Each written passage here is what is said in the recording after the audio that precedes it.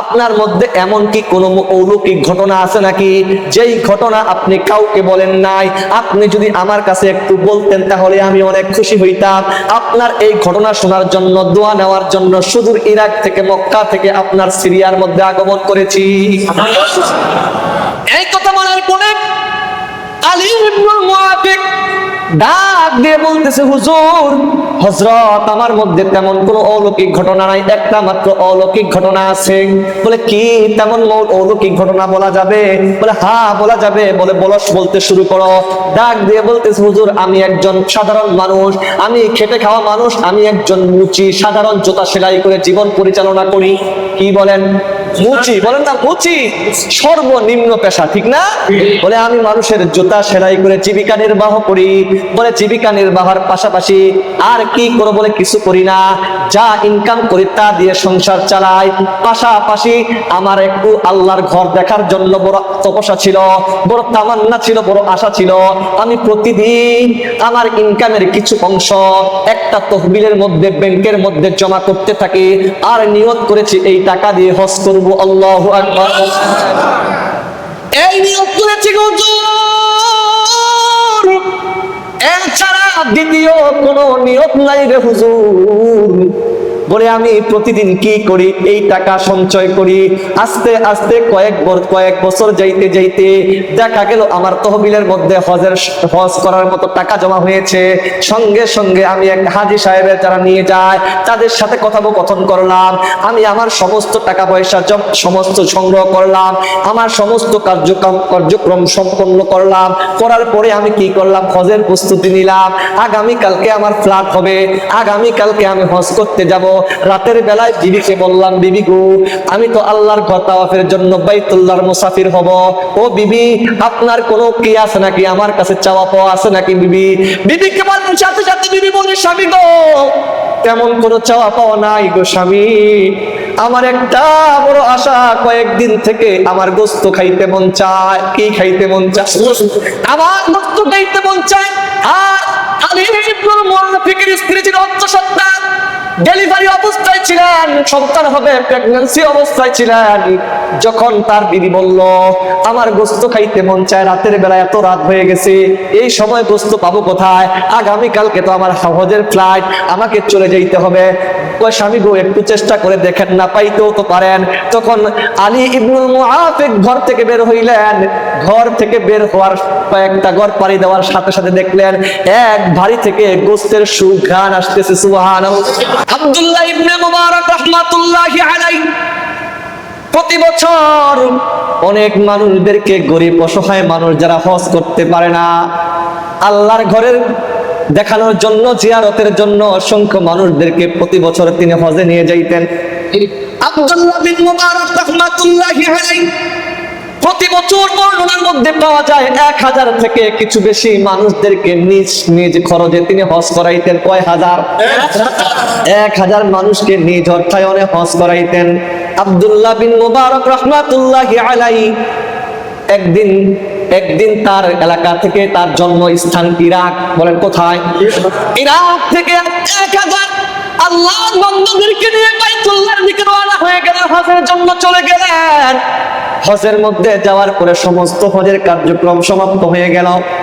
হজ শেষ করার পরে, সময় সংকীর্ণ দেখে সংক্ষিপ্ত করে বলতেছি, হজের কমপ্লিট করার পরে আব্দুল্লাহ ইবনে মুবারক রাহমাতুল্লাহি আলাইহি বাইতুল্লাহর সামনে যাইয়া বাইতুল্লাহর পাশে একটা দেয়ালের সাথে একটু হেলান দিয়ে বসলেন। হেলান দিয়ে বসার সাথে সাথে আব্দুল্লাহ ইবনে মুবারকের চোখের মধ্যে তন্দ্রা এসে গেছে, ঘুম চলে আসছে। ঘুমানোর সাথে সাথে আব্দুল্লাহ ইবনে মুবারক রাহমাতুল্লাহি আলাইহি দেখতেছেন তার মাথার সামনে একজন ব্যক্তি দাঁড়িয়ে গেলেন, যার গায়ের মধ্যে লম্বা জামা, সাদা পরিহিত জুব্বা অবস্থায়, মাথার মধ্যে পাগড়ি পরা। তার পায়ের সামনে আরেকজন ব্যক্তি দাঁড়িয়ে গেলেন, সেম টু সেম ওই অবিকল ব্যক্তির মতোই। তার গায়ের মধ্যেও লম্বা জামা, মাথার জুব্বা, মাথার মধ্যে পাগড়ি, এবং দেখা যায় মুখের মধ্যে বড় বড় দাড়ি। আল্লাহু আকবার। আব্দুল্লাহ ইবনে মুবারক ঘুমের মধ্যে দেখতেছে একজন আরেকজনকে প্রশ্ন করতেছে। প্রশ্ন করতে করতে যে মাথার পাশে বসে আছে, দাঁড়িয়ে আছে, ওই ব্যক্তিটা ওই সামনের ব্যক্তিটাকে লক্ষ্য করে বলতেছে, ভাই বলো তো এই বছর আল্লাহর ঘর বাইতুল্লাহ জিয়ারতের জন্য কত মানুষ আগমন করেছে? বলে এই সময় এই বছরে কমপক্ষে 6 লক্ষ মানুষ হজ করতে এসেছে। কয় লক্ষ? 6 লক্ষ মানুষ হজ করতে আসছে। একজন আরেকজনকে বলতেছে খুব মজার ব্যাপার আছে, 6 লক্ষ মানুষের মধ্যে একজন ব্যক্তি আল্লাহর পছন্দ হয়েছে, আর সমস্ত মানুষের হজ গুলো আল্লাহর কাছে কবুল হয় নাই। একজন ব্যক্তির হজ আল্লাহর কাছে কবুল হয়েছে, আর দয়াময় আল্লাহ রাব্বুল আলামিন ওই একজন ব্যক্তিকে কেন্দ্র করে 6 লক্ষ মানুষের হজ কবুল করে নিছেন। এই কথা বলার সাথে সাথে একজন আরেকজনকে বলতেছে, ভাই যার হজ আল্লাহর কাছে কবুল হয়েছে তার নাম কি? বলতেছে তার নাম হলো আলী ইবনে মুআফিক। আলী ইবনুল মুআফিক। বলেন নাম কি? নামটা জানা দরকার আছে কিনা বলেন? বড় সেলিব্রিটির নাম জানেন, গায়ক গায়িকা, নায়ক নায়িকার নাম জানেন, কিন্তু বড় বড় যাদের মাধ্যমে ইসলাম সমৃদ্ধ হয়েছে, যাদের মাধ্যমে ইসলাম পূর্ণাঙ্গ রূপরেখায় পৌঁছে গেছে, যাদের মাধ্যমে তামাম দুনিয়াতে ইসলাম প্রচার প্রসার হয়েছে, তাদের নাম জানা দরকার আছে কি নাই বলেন না? তাদের নামটা মুখস্থ রাখা দরকার কি দরকার না? বলেন আলী ইবনুল মুআফিক। বলেন আলী ইবনুল মুআফিক। আলী ইবনুল মুআফিক একজন আরেকজনকে প্রশ্ন করতেছে যে এই সময় এই বছরে 6 লক্ষ মানুষ হজ করবে, কারো হজ আল্লাহর কাছে কবুল হয় নাই একজন ব্যক্তি ছাড়া। তখন বলল ওই ব্যক্তিটাকে? বলে ওই ব্যক্তিটার নাম হলো আলী ইবনুল মুআফিক। আল্লাহু আকবার। তখন প্রশ্ন করতেছে ওই ব্যক্তির বাড়ি কই? বলতেছে ওই ব্যক্তিটার বাড়ি সিরিয়া। ওই সিরিয়ার মধ্যে ওই ব্যক্তিটার বাড়ি, সিরিয়ার মধ্যে বাড়ি। আলী ইবনুল মুআফিকের কথা শোনার সাথে সাথে আর সবার হজ তো কবুল হয় নাই। এই কথা শোনার সাথে সাথে ওই যে নাম বলেছিলাম আব্দুল্লাহ ইবনে মুবারক রাহমাতুল্লাহি আলাইহি ঘুমের মধ্যে ছিলেন, লাফ দিয়ে ঘুম থেকে দাঁড়ায় গেলেন। দাঁড়িয়ে চোখের পানি ছেড়ে কান্না করে, চোখের পানি দিয়ে কান্না করতে করতে আব্দুল্লাহ ইবনে মুবারক বলতেছে, আমি তো অনেক বড় আলেম। নিজেকে ধিক্কার দেয়, ও আলেম রে, তোর হজ কবুল হয় নাই। এত মানুষকে নির্যাতনে হজ করা, তোর হজ আল্লাহর কাছে কবুল হয় নাই, কবুল হয় নাই। এভাবে বলার পরে আব্দুল্লাহ ইবনে মুবারক তার সাথীদেরকে ডাক দিলেন। 1000 সাথী। কয় হাজার? 1000 সাথীদেরকে নিয়ে মদিনার মক্কার মার্কেটের মধ্যে চলে গেলেন। বললেন তোমাদের জরুরত মোতাবেক যার যতটুকু প্রয়োজন, যতটুকু গ্রহণ করতে পারবা নিজে বহন করে বাড়িতে নিয়ে যাইতে পারবা। কেনাকাটা করো। কি করো? কথা বলে না। কেনাকাটা সমাপ্ত হয়ে গেল। বলতেছে এই টাকা তোমাদেরকে দিতে হবে না। এই টাকা ওই দোকানদারকে ডাক দিয়ে বলে এই টাকা আমি দিয়ে দিব। কে দিবে? আব্দুল্লাহ ইবনে মুবারক দিবে। তাদেরকে একসাথে করে চোখের পানি ছেড়ে কান্না করে আব্দুল্লাহ ইবনে মুবারক বলতেছে, ও আমার সাথীরা, ও আমার হজের কাফেলার প্রিয় ভাইয়েরা, আমি একটা মাকসাদ নিয়ে এই জায়গায় থাকতে চাই। তোমরা তোমাদের গন্তব্যে চলে যাও। একজনকে আমির নিযুক্ত কইরা তাদেরকে গন্তব্য ইরাকের দিকে পাঠায়া দিলেন। আর আব্দুল্লাহ ইবনে মুবারক রাহমাতুল্লাহি আলাইহি, ঘটনা শেষ করবো নাকি থাকবে? পরের বললেন, সময় তো হয়ে গেছে।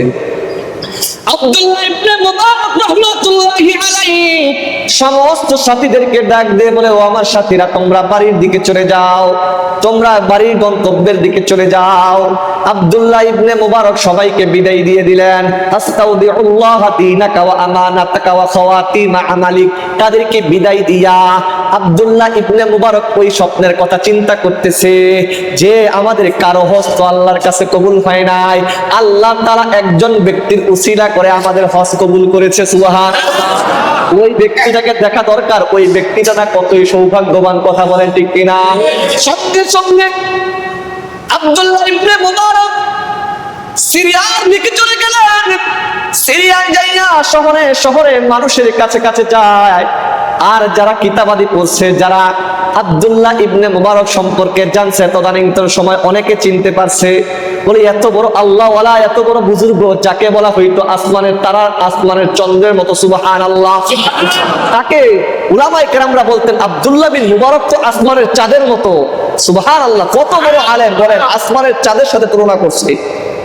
বলে আব্দুল্লাহ বিন মুবারক, আব্দুল্লাহ ইবনে মুবারক এত বড় ইলমের হস্তি, এত বড় আলেম, উলামায়ে কেরামরা বলতেন আসমানের চাঁদের মতো তার সম্মান মর্যাদা।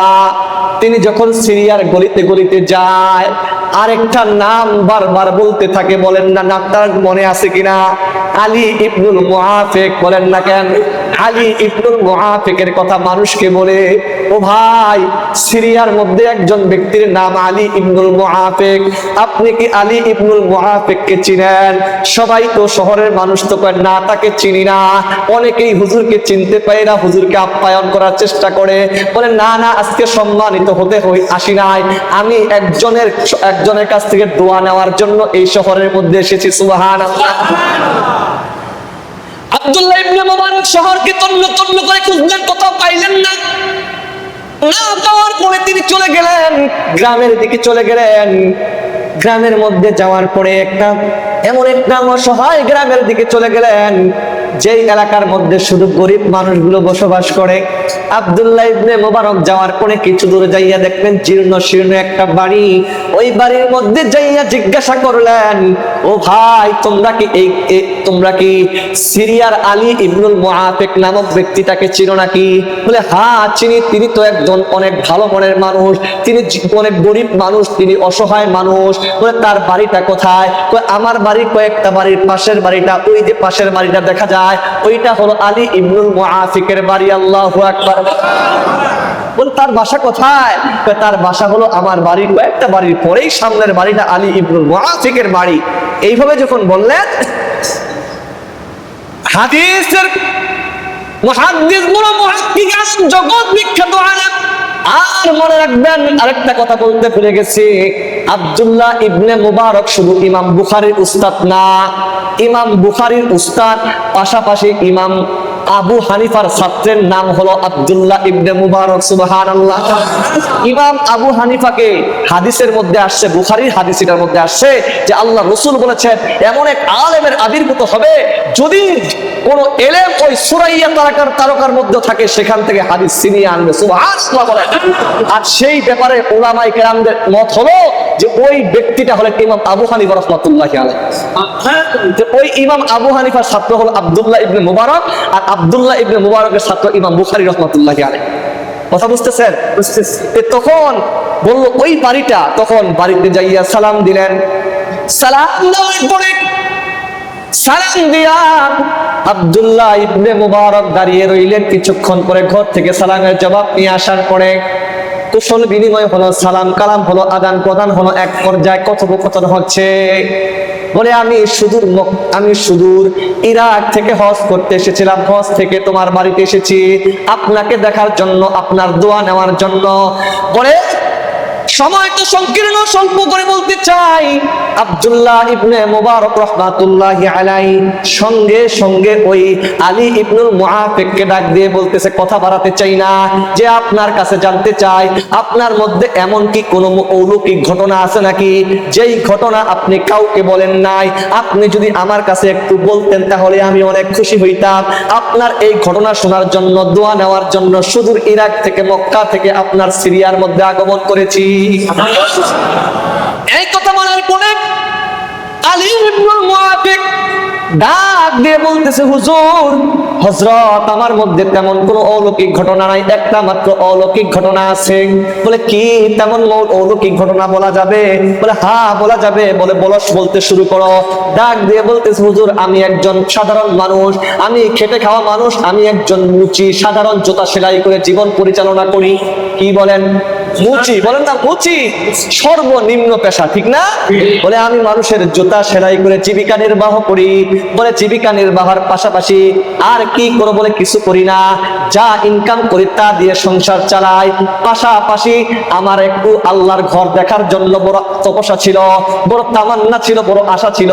আমি প্রতিদিন আমার ইনকামের কিছু অংশ একটা তহবিলের মধ্যে, ব্যাংকের মধ্যে জমা করতে থাকি, আর নিয়ত করেছি এই টাকা দিয়ে হজ করব। আল্লাহু আকবার।